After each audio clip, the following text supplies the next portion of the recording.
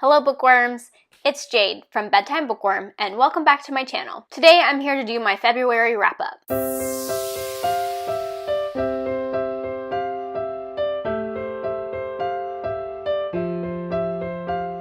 Today I'm just doing a normal February wrap-up. I had full intentions of doing another vlog-style wrap-up like I've done the past 2 months, but February is kind of a short month, and before I knew it, it was the last week of February, and I hadn't filmed anything up until that point. Also, I finished like 3 of the 4 books that I read in February within the last week and a half, so I didn't have any footage from earlier in the month, so I figured so close to the end of the month, I might as well just sit down and do a normal wrap-up. So like I said, I read 4 books in February, and I'm going to be talking about them in the order that I read them. The first book that I finished was a carryover from January, and that was The Last Wish by Andrzej Sapkowski. This is the first book in the Witcher series, which is a book series that is also related to a video game. It's not entirely clear to me which came first, the video game or the books. I was reading this because Elliot from Elliot Brooks is hosting a read-along of this series. It's one of her favorite series, and she loves video game as well. So she is hosting a read-along of the series, and the first book, The Last Wish, was the one that they read in January. The Last Wish was definitely what I would call an adult book. There are some explicit scenes, and some of the content is quite graphic. It definitely feels like a video game world that is really dark and gritty. This book has an interesting setup because it's a collection of short stories. Basically, the main character, Geralt, who is a witcher, which is somebody who hunts monsters, is traveling from place to place and ends up telling stories about different things that had happened to him. This was my first introduction to the Witcher world and the Witcher characters. What's interesting about these stories is that they're all twisted versions of fairy tales that we would probably be familiar with, and the monsters that were in these stories that Geralt was fighting against were all kind of unique. They were new takes on monsters, so I really liked how unique and interesting the world and the different monsters and the different stories were. On the other hand, because it's a collection of short stories, I don't particularly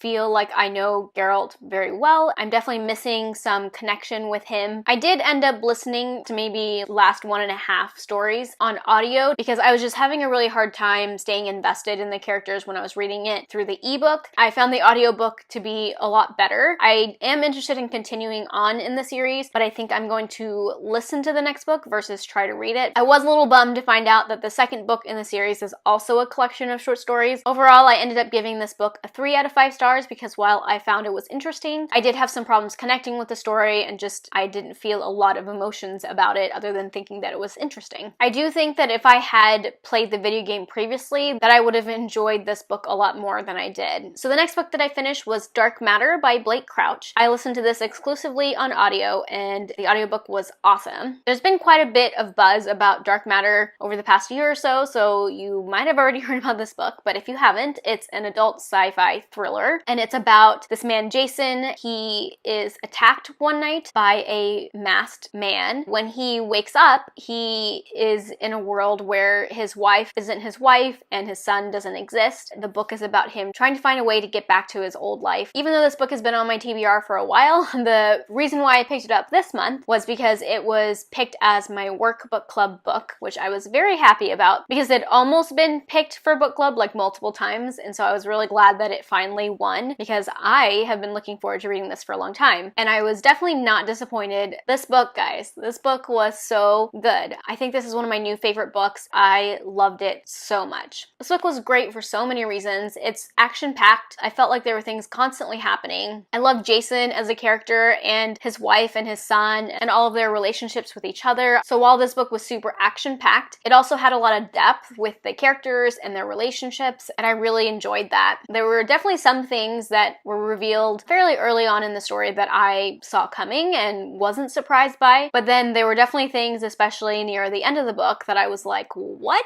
I did not see that coming. Why did I not see that coming? If you couldn't tell, I gave Dark Matter 5 out of 5 stars. Like I said, I think it's a new favorite book of the year. I've even convinced my husband to give it a try, and he's not really a reader, so I only recommend books to him that are really engaging and easy to get into. The next book that I finished was Jane Unlimited by Kristin Cashore. This was my first Kristin Cashore book. I have not read the Graceling series. So Jane Unlimited is is a really interesting story. It's kind of like a choose your own adventure book. You're meant to read all of the different adventures that Jane could choose. So something I wasn't anticipating is that umbrellas are a really big theme in this book. Jane likes to make umbrellas, and I think it starts out as kind of like a hobby thing, but then turns into like an artist thing. And at first I had a little bit of a hard time believing that Jane just really likes to make umbrellas, because that's not really a hobby that I've ever heard of. So in a way, I had to suspend my disbelief a little bit to go along with the whole umbrella theme. If any of you guys out there are hobby umbrella makers, I really hope that wasn't offensive.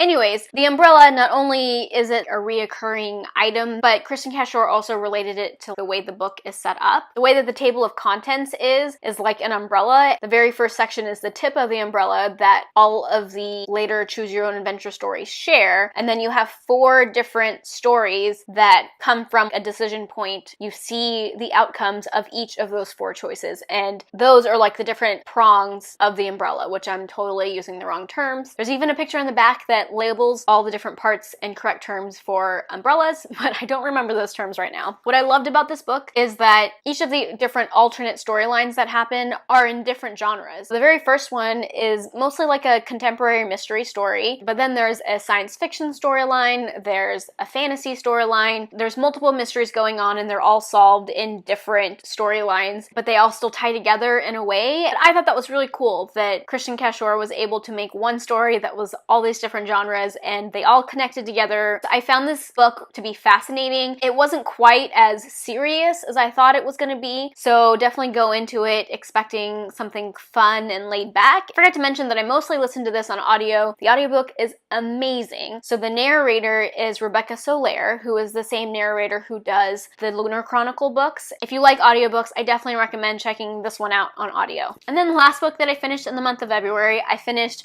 right on February 28th, the very last day, and that is The Crimson Crown by Cinda Chima, the 4th and last book in the Seven Realms series. And guys, I love the series so much. The series finale did not disappoint me. I literally enjoyed every single second of this book. I cannot sing its praises enough. If you haven't read it and you like fantasy, what are you doing with your life? You need to read this. I will say that the ending is probably not as messy or tragic as some people like their series finales, but I am all for neatly wrapped up series finales. That doesn't bother me. I don't need an ending to be messy. This is not a messy ending, and I can see some people not liking it because of that, but I loved it, and I wouldn't change a thing. This last book was very emotional for me, and while I was surprised that I wasn't like a sobbing mess of tears, there were multiple times that I teared up at different moments. The romance, I love the romance in the series and this book especially. Hans Alistair is my #1 book boyfriend of all time now. He is just so attractive to me. He knows what he wants, and he knows how to go after it, and same for Raisa. Like, she knows what she wants and she knows how to get what she wants. They're both like really determined characters, and I love them. I think I'm gonna do a series review, and in that series review I'm sure I'll have a spoiler section because there are definitely more things that I want to say about this book, but I can't because it's a spoiler.